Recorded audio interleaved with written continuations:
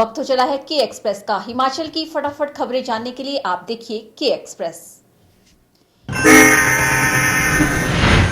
हिमाचल प्रदेश के पशुपालन विभाग में चल रही चतुर्थ श्रेणी कर्मचारियों की कमी जल्द ही पूरी होने वाली है।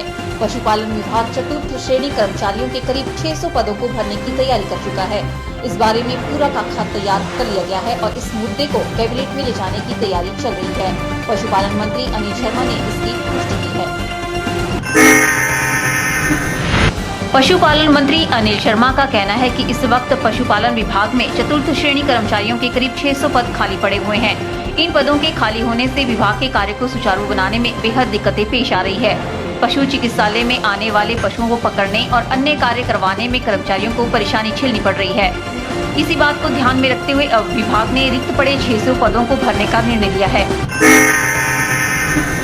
ये एक हमारे क्योंकि 600 पद जो हमारे क्लास 4 के जो है वेटरनरी में खाली पड़े हैं और इसके बगैर हमें काम करना मुश्किल हो रहा है। और मैंने प्रयास करूंगा कि माननीय मुख्यमंत्री से और उदार है माननीय मुख्यमंत्री, और हमारे जो काम काफ़ी सफ़र हो रहा है क्योंकि डिस्पेंसरी के अंदर जब तक क्लास 4 नहीं होगा तो वहाँ पर गाय पकड़ने को जानवर पकड़ना बड़ा मुश्किल होता है। तो इसके लिए मैं जो है सरकार में इसको जल्दी लाने वाला हूँ कि जल्द से जल्द कदम। आने वाले चुनावों में भाजपा संगठन को मजबूत करने का बीड़ा युवाओं को सौंपा गया है, जिसमें पूरे प्रदेश में 1 बूथ 10 यूथ कार्यक्रम के तहत प्रत्येक बूथ में 10 कार्यकर्ताओं को नियुक्त किया जाएगा। ये जानकारी भारतीय जनता युवा मोर्चा के प्रदेशाध्यक्ष विशाल चौहान ने बैजनाथ में प्रेस वार्ता को संबोधित करते हुए दी। आज बैजनाथ में भारतीय जनता युवा मोर्चा की बैजनाथ मंडल की बैठक का आयोजन किया गया और इसमें जो बैजनाथ मंडल के 105 मतदान केंद्र हैं, उन 105 मतदान केंद्रों के ऊपर कम से कम 10-10 कार्यकर्ताओं की टोली बने, इसके लिए आज बैठक की गई और सभी कार्यकर्ताओं को इसमें जिम्मेवारी दी गई है। इसके साथ पूरे प्रदेश में 1 बूथ 10 यूथ को लेकर के पूरे प्रदेश में महाअभियान चला हुआ है और 5 दिसंबर से पहले पूरे प्रदेश के 7,479 मतदान केंद्रों के ऊपर कम से कम 10 कार्यकर्ताओं की टोली का गठन किया जाएगा और इन 75,000 कार्यकर्ताओं को आने वाले समय में विधानसभा के चुनावों में भारतीय जनता पार्टी के काम में लगाया जाएगा। मैं आपके माध्यम से प्रदेश की कांग्रेस सरकार से ये पूछना चाहता हूँ कि जिस हर घर के युवा को नौकरी के देने के वादे से व बेरोजगार भत्ता देने के वादे से वो प्रदेश में सत्तासीन हुई थी, वो प्रदेश की जनता को जवाब दे कि उन्होंने कितने बेरोजगार युवाओं को रोजगार दिया है और कितना बेरोजगारी भत्ता दिया है। बैजनाथ के बचत भवन में पिछड़ा वर्ग वित्त एवं विकास कार्यक्रम का आयोजन किया गया, जिसकी अध्यक्षता निगम अध्यक्ष चौधरी चंद्र कुमार ने की।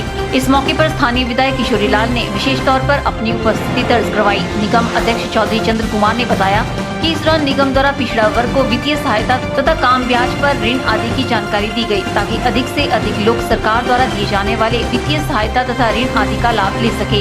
उन्होंने बताया कि इस निगम के अंतर्गत 4,407 लोगों को 50.74 करोड़ के ऋण दिए गए तथा इस वर्ष में ऋण देने का लक्ष्य 5 करोड़ रखा गया है।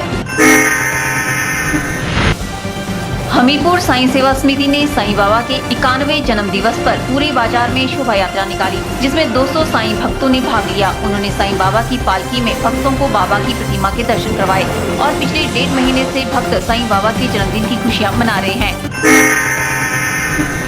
साईं सेवा समिति के जिला संयोजक नरेश पटियाल ने बताया कि इस दौरान हमीरपुर के शिव मंदिर में भजन कीर्तन का आयोजन किया जाएगा।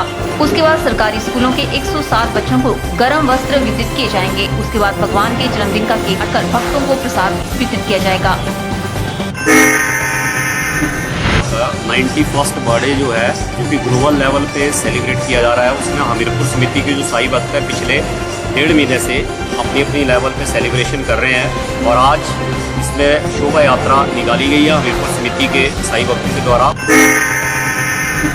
कल जन्मदिन के उपलक्ष्य पे 3 से 6 बजे शिव मंदिर में भजन होगा और भजन के बाद 6 बजे सरकारी स्कूलों और बाल आश्रम के 107 बच्चों को गर्म स्वेटर वितरित की जाएगी और उसके साथ ही भगवान के जन्मदिन का केक काटकर उपस्थित भक्तों में जो है वो वितरित किया जाएगा। साईं भक्तों का मानना है कि वह इन आयोजनों के माध्यम से श्री सत्य साईं बाबा जी के मानव सेवा माधव सेवा के संदेश को जन जन तक पहुंचाना चाहते हैं। पढ़ाई और नौकरी के लिए विदेश जाने के इच्छुक युवाओं की राह हिमाचल सरकार आसान करने वाली है। यह कवायद विदेश मंत्रालय से भेजे गए पत्र के बाद शुरू हुई है। युवाओं को परेशानी से बचाने के लिए दस्तावेज सत्यापित करने की प्रक्रिया में बदलाव करने की तैयारी चल रही है। पत्र में मंत्रालय ने सर्टिफिकेट अटेस्ट करने की प्रक्रिया पर सवाल उठाए हैं। मंत्रालय ने आवेदकों को होने वाली परेशानियों का उल्लेख करते हुए सर्टिफिकेट अटेस्ट करने की प्रक्रिया को सरल करने के लिए कहा है। मंत्रालय से पत्र मिलने के बाद राज्य सरकार जरूरी दस्तावेजों को अटेस्ट करने की प्रक्रिया को पब्लिक सर्विस गारंटी एक्ट के तहत लाने की तैयारी में है। बता दें कि विदेश जाने के इच्छुक युवाओं को पहले राज्य सरकार के अधिकृत प्राधिकरण से अपने शैक्षणिक व अन्य दस्तावेजों को प्रमाणित कराना होता है। इसके बाद दस्तावेज विदेश मंत्रालय के पास जाते हैं, जहां से मंत्रालय उन दस्तावेजों को अंतिम रूप से प्रमाणित करता है। वर्तमान में विदेश मंत्रालय में जो व्यवस्था है उसके तहत महज एक दिन में दस्तावेज प्रमाणित हो जाते हैं, लेकिन राज्य में दस्तावेजों को अधिकृत हस्ताक्षरकर्ता से प्रमाणित कराने में कई दिन लग जाते हैं। कुछ मामलों में सामने आया है कि सक्षम अधिकारी दस्तावेज सत्यापित करने में आनाकानी कर रहे थे। यही नहीं, कई मामलों में अधिकारी सत्यापन करने से पहले विदेशी विश्वविद्यालय या विदेशी नियोक्ता के दस्तावेज मांग रहे हैं। बच्चों से सत्यापन करने का काम कई दिन तक लटका रहता है, जिससे युवाओं को परेशानी उठानी पड़ती है। कई युवाओं ने इसकी शिकायत विदेश मंत्रालय में की है, जिसके बाद विदेश मंत्रालय ने पत्र लिखकर प्रदेश सरकार को दस्तावेज प्रमाणित करने की प्रक्रिया सरल करने को कहा है। युवाओं को परेशानी से बचाने के लिए दस्तावेज सत्यापित करने की प्रक्रिया से बदलाव करने की तैयारी चल रही है। प्रदेश के प्रशासनिक सुधार विभाग ने इस क्रम में सभी विभागों के अतिरिक्त मुख्य सचिवों, प्रधान सचिवों व डिप्टी कमिश्नरों को सर्टिफिकेट सत्यापित करने के काम का विकेंद्रीकरण करने को कहा है। साथ ही शिक्षा, गृह, राजस्व जैसे विभागों को दस्तावेज प्रमाणित करने की प्रक्रिया को पब्लिक सर्विस गारंटी एक्ट के तहत लाने को कहा है।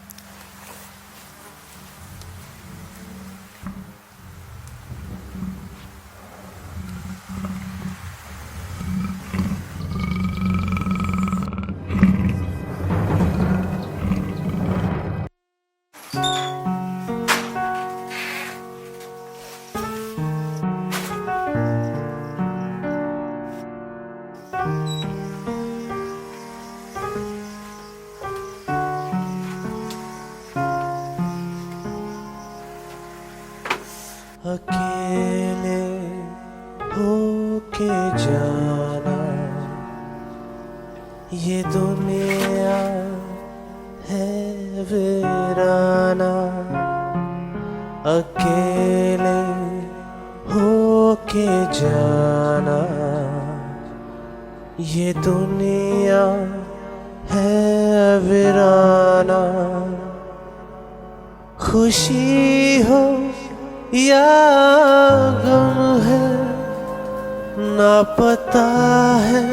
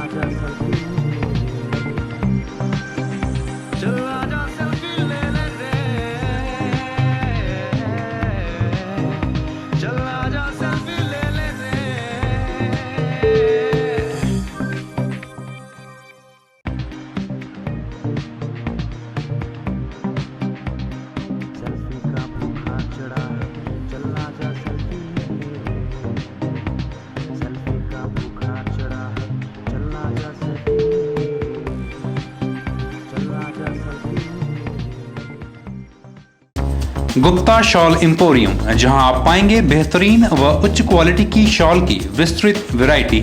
यहां pure woollen Kullu shawl, Kashmiri shawl, angora shawl, cashmilon shawl, feather shawl, pashmina shawl के साथ ही शॉल की और भी बहुत सी वैरायटी उपलब्ध है। तो देर न कीजिए और आज ही पहुंचे गुप्ता शॉल एम्पोरियम, सब्जी मंडी के साथ नेर चौक, डिस्ट्रिक्ट मंडी। मोबाइल 9459125400।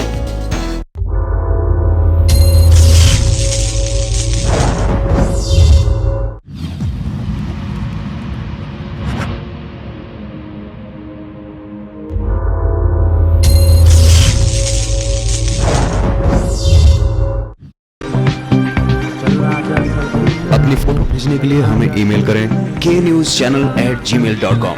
अपने फोटो के साथ साथ अपना नाम व पता लिखना ना भूलें। आपको करना क्या है, सिर्फ अपनी फोटो को हमें ईमेल के जरिए या व्हाट्सएप के जरिए भेजना है, जिससे आप इस कॉन्टेस्ट में हिस्सा ले सकते हैं।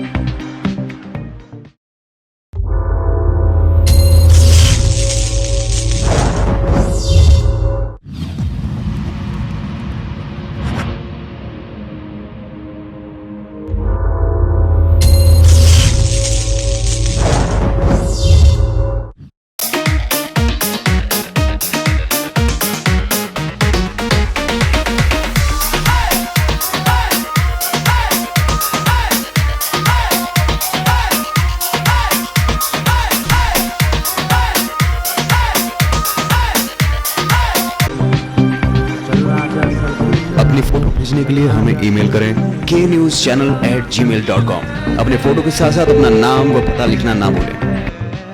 आपको करना क्या है, सिर्फ अपनी फोटो को हमें ईमेल के जरिए या व्हाट्सएप के जरिए भेजना है, जिससे आप इस कॉन्टेस्ट में हिस्सा ले सकते हैं।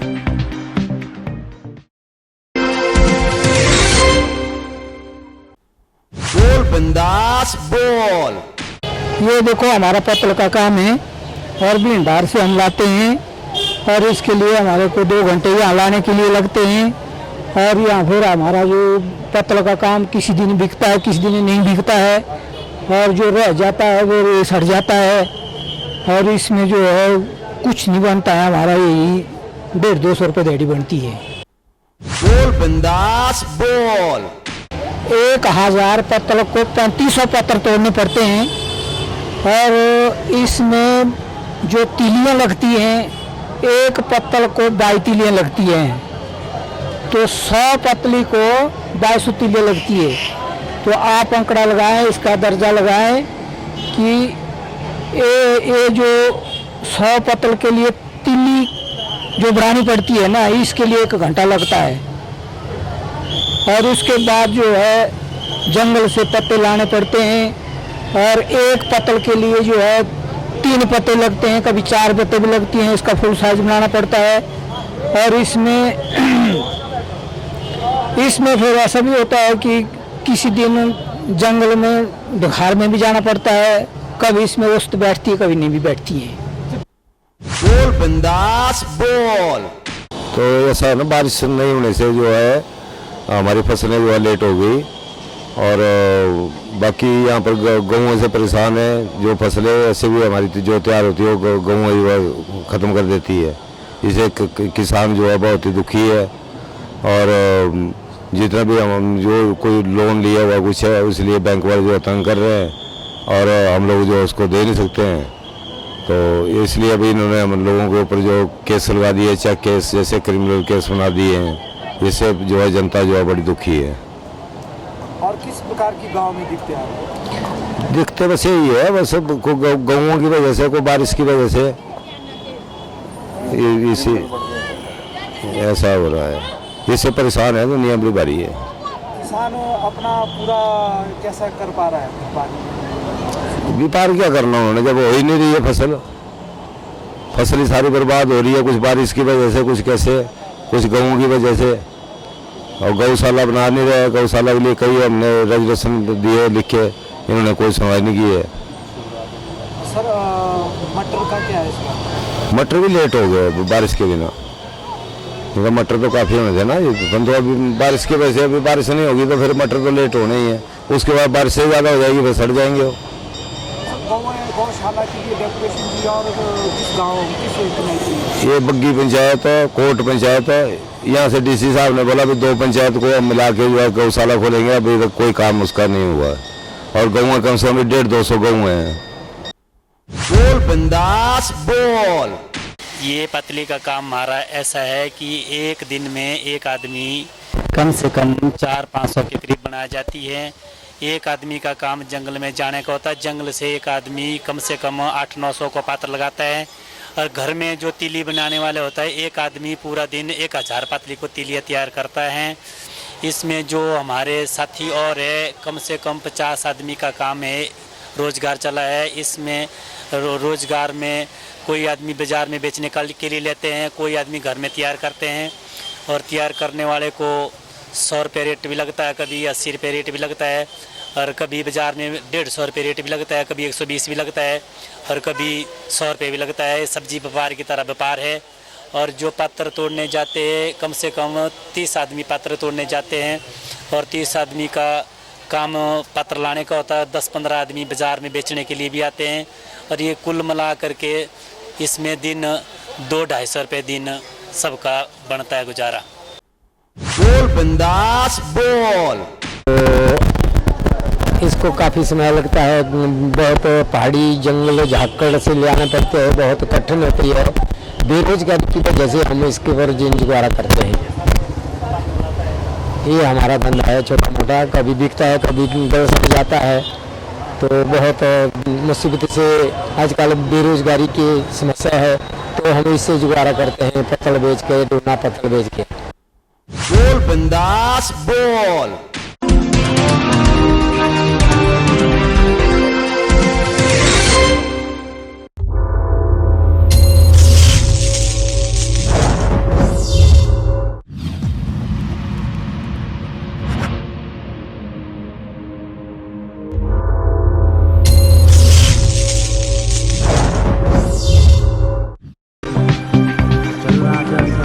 अपनी फोटो भेजने के लिए हमें ईमेल करें knewschannel@gmail.com। अपने फोटो के साथ साथ अपना नाम व पता लिखना ना भूलें। आपको करना क्या है, सिर्फ अपनी फोटो को हमें ईमेल के जरिए या व्हाट्सएप के जरिए भेजना है, जिससे आप इस कॉन्टेस्ट में हिस्सा ले सकते हैं।